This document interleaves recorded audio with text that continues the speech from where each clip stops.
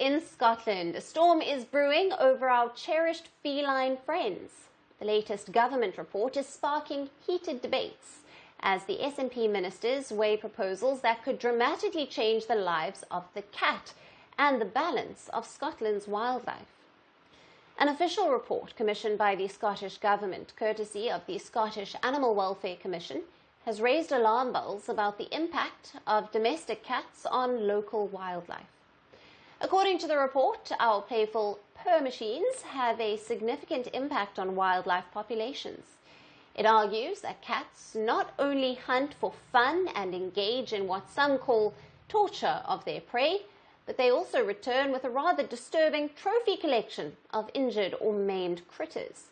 Now, the report goes on to suggest that in vulnerable areas, places near endangered bird populations or rare wild cats, residents could be forced to either keep their cats indoors within designated containment zones, or in some cases be barred from owning them at all. Even more drastic, the report recommends that in new rural housing developments, a stipulation might be added stating that cats may not be kept. As if that weren't enough, there's even talk of mandating neutering in these areas to stop the growth of feral cat colonies. Supporters of the report argue that domestic cats are inadvertently endangering Scotland's wildlife. The statistics are staggering. It's estimated that our feline friends bring home tens of millions of mammals, reptiles and amphibians every year in the United Kingdom. And when you consider those that don't make it back home, the number of vertebrates killed could reach at least 700 million annually.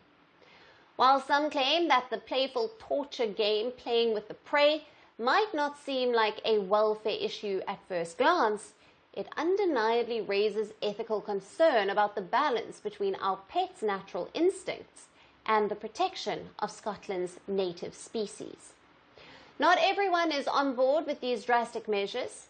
Cats Protection, a leading charity dedicated to feline welfare, is vehemently opposed to any policy that limits a cat's rights to roam free. The charity stated that Scotland is a nation of cat lovers. A spokesperson stated, and I quote, "Cats need to be able to perform natural cat-like behaviours to live happy, healthy lives." While some felines may adapt to indoor life, restricting their access to the great outdoors can lead to stress-related problems like spraying, excessive grooming, or even physical illness. For many, the thought of locking up their beloved kitties is simply unthinkable. Critics, including the former Scottish Tory leader Douglas Ross, say the government has its priorities misplaced. He says SNP has failed to address issues related to the rural infrastructure and is instead focusing on trivial matters. As SNP ministers deliberate on the controversial recommendations, the future of Scotland's cat hangs in the balance. On one paw, there's a compelling argument for protecting vulnerable wildlife. On the other, a passionate defence of our feline friends. Right to roam, explore and express their natural instincts. From breaking news to the day's biggest controversies, shedding light on the world's top headlines, detailed analysis on the stories that matter the most to you. Catch it all on Spotlight at 6 p.m. India time and 12:30 GMT, only on Firstpost. We're calling the show Vantage. We hope you like what we put together for you.